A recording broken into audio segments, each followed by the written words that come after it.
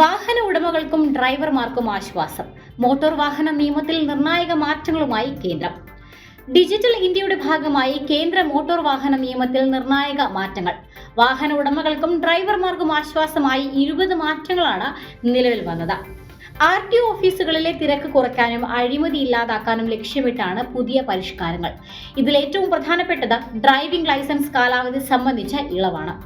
സാധാരണക്കാരന്റെ ജീവിതം സുഗമമാക്കാനും വ്യാപാര സൗകര്യങ്ങൾ വർദ്ധിപ്പിക്കാനും ലക്ഷ്യമിട്ടുള്ള ചരിത്രപരമായ ജൻവിശ്വാസ് ഭേദഗതി ബില്ലാണ് പാർലമെന്റിൽ അവതരിപ്പിച്ചത്. കേന്ദ്ര വാണിജ്യ വ്യവസായ സഹമന്ത്രി ജിതിൻ പ്രസാദ് അവതരിപ്പിച്ച ഈ ബിൽ 23 മന്ത്രാലയങ്ങൾക്ക് കീഴിലുള്ള 79 നിയമങ്ങളിലായി 784 ഭേദഗതികളാണ് നിർദ്ദേശിക്കുന്നത്. ഇതിൽ ഏറ്റവും പ്രധാനപ്പെട്ടത് 1988 മോട്ടോർ വാഹന നിയമത്തിൽ വരുത്തിയ മാറ്റങ്ങളാണ്. പ്രധാന മാറ്റങ്ങൾ ഇവയാണ്. ഡ്രൈവിംഗ് ലൈസൻസ് കാലാവധി കഴിഞ്ഞ് 30 ദിവസം കൂടി ഉപയോഗിക്കാം. മുൻപ് ലൈസൻസ് കാലാവധി കഴിഞ്ഞാൽ അന്നു തന്നെ അത് അസാധുവായിരുന്നു. എന്നാൽ പുതിയ നിയമപ്രകാരം കാലാവധി കഴിഞ്ഞ് 30 ദിവസത്തെ ഗ്രേഡ് പീരിയഡ് അനുവദിച്ചിട്ടുണ്ട്. ഈ കാലയളവിനുള്ളിൽ പിഴയില്ലാതെ ലൈസൻസ് ഉപയോഗിച്ച് വാഹനം ഓടിക്കാനും പുതുക്കാനും സാധിക്കും. രണ്ടാമത്തത് ലേണേഴ്സ് ലൈസൻസ് ടെസ്റ്റ് ഇനി വീട്ടിലിരുന്ന്.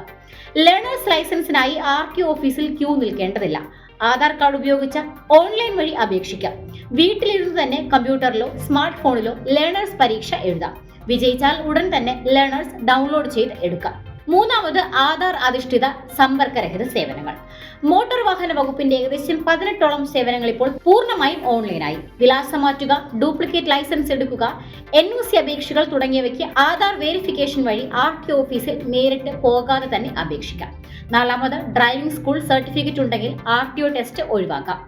അംഗീകൃത ഡ്രൈവിംഗ് ട്രെയിനിംഗ് സെന്ററുകളിൽ നിന്ന് മികച്ച രീതിയിൽ പരിശീലനം പൂർത്തിയാക്കി സർട്ടിഫിക്കറ്റ് ലഭിക്കുന്നവർക്ക് RTO ടെസ്റ്റില്ലാതെ തന്നെ ഡ്രൈവിംഗ് ലൈസൻസ് ലഭിക്കും. നിലവിൽ വലിയ നഗരങ്ങളിലാണ് ഈ സംവിധാനം തുടങ്ങിയിട്ടുള്ളത്. അഞ്ചാമതായി ലൈസൻസ് പുതുക്കാൻ 1 വർഷം മുൻപ് അപേക്ഷിക്കാം. ലൈസൻസ് കാലാവധി തീരുന്നതിനായി കാത്തിരിക്കേണ്ടതില്ല. കാലാവധി കഴിയുന്നതിന് 1 വർഷം മുൻപ് തന്നെ പുതുക്കാനുള്ള അപേക്ഷ സമർപ്പിക്കാം. കാലാവധി കഴിഞ്ഞ് 1 വർഷത്തിന് ശേഷമാണ് പുതുക്കുന്നതെങ്കിൽ വീണ്ടും ഡ്രൈവിംഗ് ടെസ്റ്റ് നടത്തേണ്ടി വരും. ആറാമതായി മെഡിക്കൽ സർട്ടിഫിക്കറ്റ് ഓൺലൈനായി സമർപ്പിക്കാം.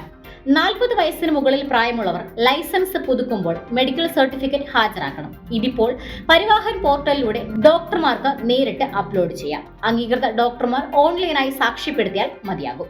ഏഴാമതായി വാഹനം വിൽക്കുമ്പോൾ ഉടമസ്ഥാവകാശം മാറ്റുന്നത്.